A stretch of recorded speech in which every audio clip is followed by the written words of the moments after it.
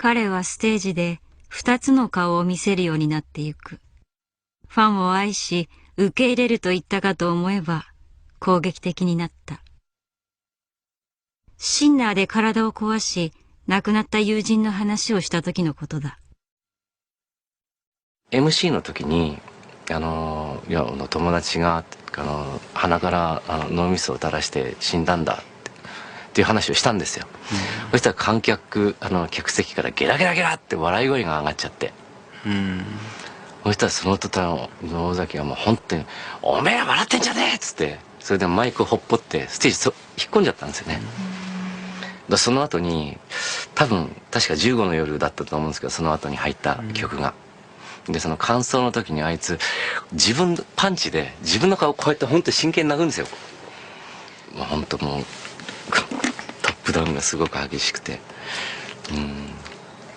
本当オフの時はもう本当この写真にあるように本当もうニコーっていう感じでなるんですけど、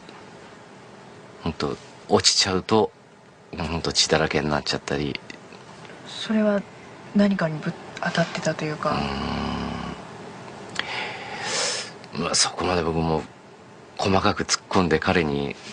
聞いたことは正直ないんですけど、ただ楽屋で楽屋に鏡あるじゃないですか。で鏡を本番の10分ぐらい前にバリーンとかって音がして、なんだと思ったら尾崎が鏡に向かってパンチで本当本番始まる前だっつうのにもう血だらけになって出てきたりとか、そういうこともあったし。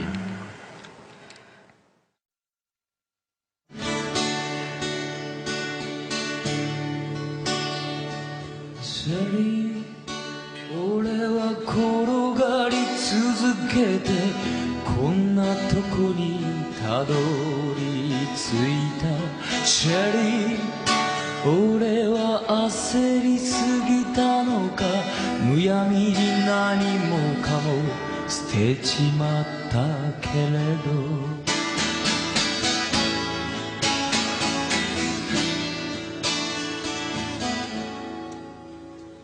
シェリー、俺はうまく耐えているか、俺はうまく笑えているか、俺の笑顔は卑屈じゃないかい、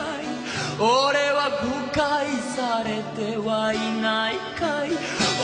はまだバカと呼ばれているか、俺はまだまだ恨まれているか、俺に愛される資格はあるか、俺は決して間違っていないか、俺は真実へと歩いてるかい。僕はだからものすごいいつもシェリーを聴くと切なかったですよね。でなんか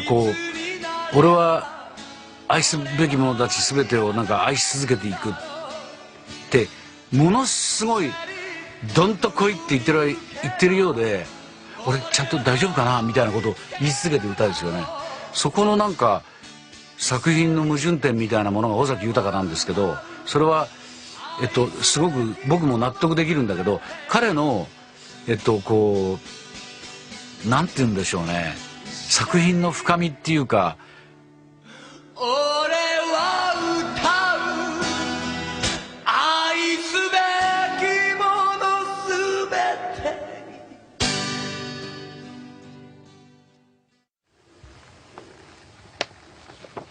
これ尾崎さんの直筆なんですけど、全部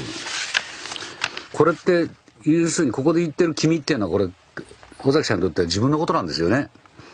非常に自問自答が多い文章。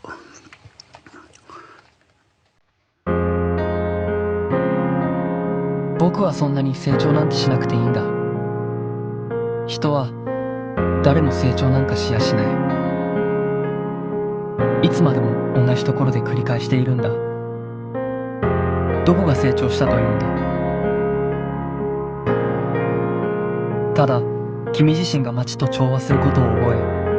君自身の欠点を見なくなっただけじゃないか。君が戦うべきは君自身の不安と思った気持ちだ。それらは背中合わせのものだけれど、僕らは誰も立ち止まることなんてできないんだ。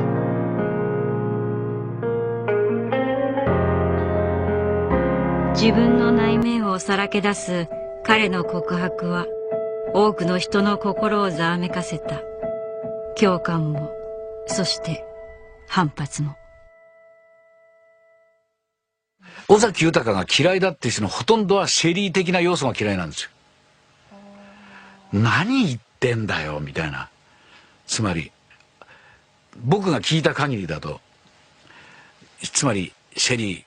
俺はなんか要するに転がり続けてこんなところまで来てしまったよって。で俺らちゃんと笑えているかなんとかって、お前何様なのみたいな。いやその大げさな感じ、それがバーカの世界なんですよ。その感じっていうのが尾崎豊のカリスマ性も作ってんだけど、実はそれが尾崎豊を自分の中に入れられない最大の要素だっていうことなんだと思います。だから好きって今言っちゃうと分かんないんですけど、好きな日と嫌いな日が一日おきであったのかもしれないっていうぐらい。そうですね、うちの弟は毎日部屋真っ暗にして大きな声で歌ってましたけどね、実家に帰ると。ただ僕はだから好きな日と嫌いな日があるイコール必要な日と聞くのが怖い日があるっていうことなのかなと思いますけどね。デビューして1年後、19歳で発表した2枚目のアルバムが初登場でヒットチャート1位。あっという間にスターダムを駆け上がってゆく。しかしどんな名声を手にしても彼の心の渇きは埋まることがなかった。苦しんでる様子っていうか、それはしょっちゅう言ってましたね。僕は自分自身のことを歌ってるのに、なんでこうみんなが、だからなんて言うんだろうね、自分は現実を全部受け入れてそれで生きていこうっていう決意を歌ってるのに、まあ尾崎助けてみたいな、私たちもついていくからって。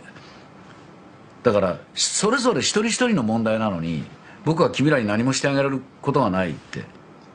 常にこの人たちを引っ張っていくために自分は存在し、自分は歌わなきゃいけないっていうふうに思うのは辛かったんだと思いますけど。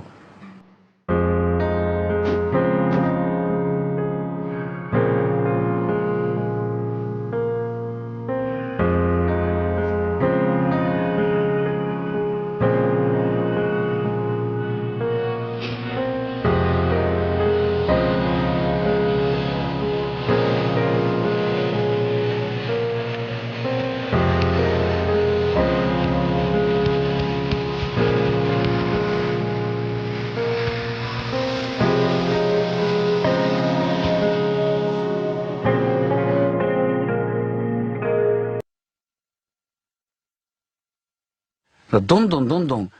危険になっていって、100キロで走っても見えないものが150キロ出したら見えるかもしれないっていうやつと一緒ですよ。それは須藤さん、つまり猛スピードで崖っぷちまで行って急ブレーキをかけて止まるんだよって。ギリギリ止まれるかどうかっていうことが面白いわけで、そこで「いやー行き過ぎちゃった」って言って崖の下まで落ちちゃうんだけど、落ちたらプロじゃないんだよって。